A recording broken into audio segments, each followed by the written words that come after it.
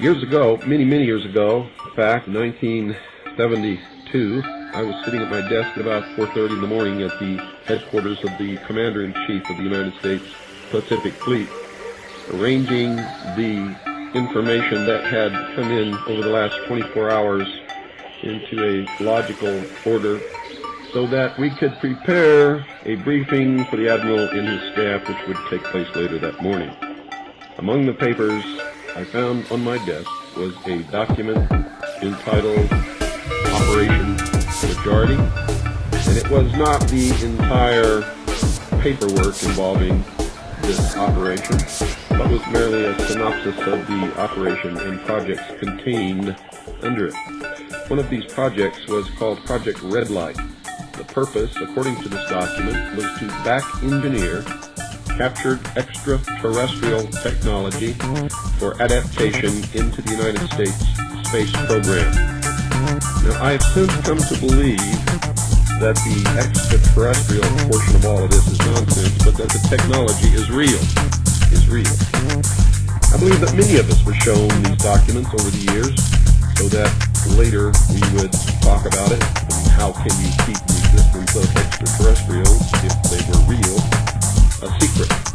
And how could anyone keep quiet knowing that they had seen documentation, official government document labeled top secret, that expressed that these extraterrestrials were real and had visited this Earth?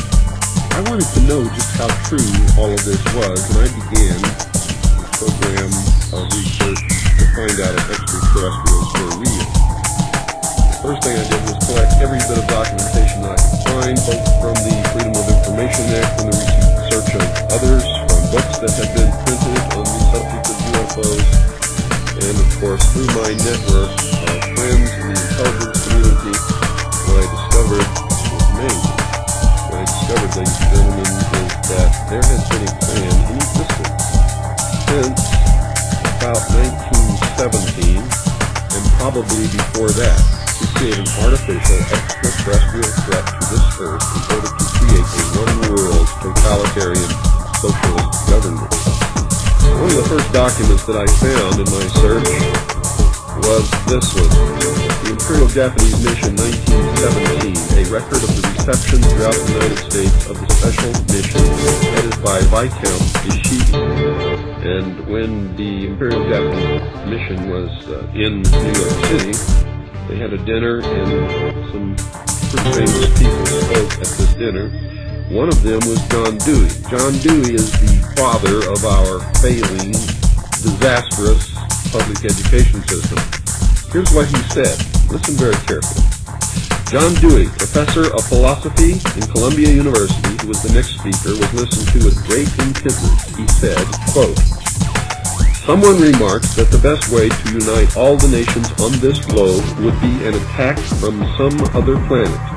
In the face of such an alien enemy, people would respond with a sense of their unity of interest and purpose." Unquote.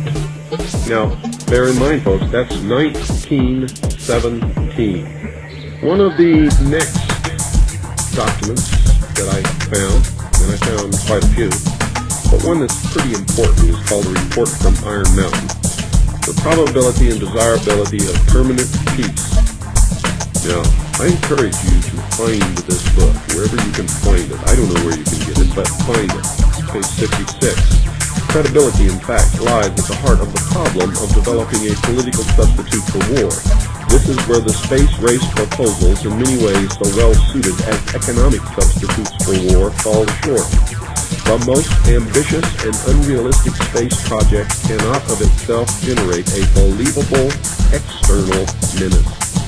It has been hotly argued that such a menace would offer the last best hope of peace, etc., by uniting mankind against the danger of destruction by creatures from other planets or from outer space. Experiments have been proposed to test the credibility of an out-of-our-world invasion threat. It continues on another page. Nevertheless, an effective political substitute for war would require alternate enemies, some of which might seem equally far-fetched in the context of the current war system. It may be, for instance, that gross pollution of the environment can eventually replace the possibility of mass destruction by nuclear weapons as the principal substitute for war. Are you beginning to get the message, folks? Poisoning of the air and of the principal sources of food and water supply is already well advanced, and at first glance would seem promising in this respect. It constitutes a threat that can be dealt with only through social organization and political power. But from present indications, it may be a generation to a generation and a half before environmental pollution, however severe, will be sufficiently menacing on a global scale to offer a possible basis for a solution. However unlikely some of the possible alternate enemies we have mentioned may seem, we must emphasize that one must be found of credible quality and magnitude if a transition to peace is ever to come about without social disintegration. It is more probable, in our judgment, that such a threat will have to be invented rather than developed from unknown conditions. Ladies and gentlemen, they have created so many alternate enemies in order to bring about their one-world totalitarian social state that we don't know which enemy to believe is real or is false, or whether to just toss them all out in their ears. And I think that is probably going to be the best solution. Disarmament is no accident.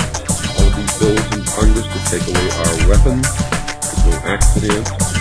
The intentional environmental pollution of our lakes, rivers, streams, oceans, forests, everything is no accident, as you just heard. These things were planned many, many years ago.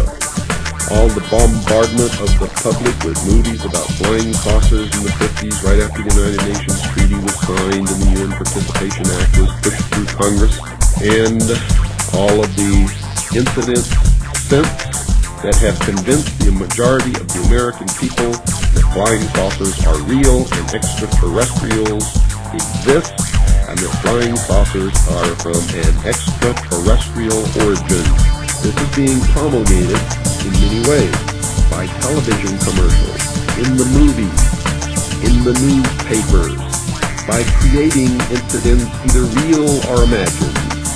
I believe, because of my research, because of the extensive documentation that I found and that is in my book, that this whole scenario has been created to give us an artificial alien threat from outer space. During the Reagan administration, he made 6 speeches specifically talked about a threat from outer space by some other species from some other planet. 6, ladies and gentlemen. Why would the president repeat the same thing 6 times, tagged on to the ends of speeches by him? The speechwriters did not put that in the speech. Ronald Reagan added it himself. Perhaps we need some outside universal threat. I occasionally think how quickly our differences worldwide would vanish if we were facing an alien threat from outside this world. This was a powerful suggestion to implant into the minds of the people of the world that there really is a threat from some other species, from some other planet to this Earth. Now, you people out there have been ignoring the UFO phenomenon for too long. It has all the earmarks of the most successful, most sophisticated mind control operation in the history of the world, and you are ignoring it. What better way to implement a plan to bring about a one-world government than to create a possibility in the minds of the people of the world that we are being threatened from some other species, from some other planet, and do it in a way that if anybody questions it or challenged it or wants to talk about it publicly, that they are ridiculed. And the ultimate goal is to make the Earth look very small, to present the people of the world with an external threat to this Earth, a superior race from some other planet, vastly superior to us in intellect, philosophy, and technology, in order to cause the dissolution of nation-states, the dissolution of all existing religions, and the formation of the world totalitarian socialist government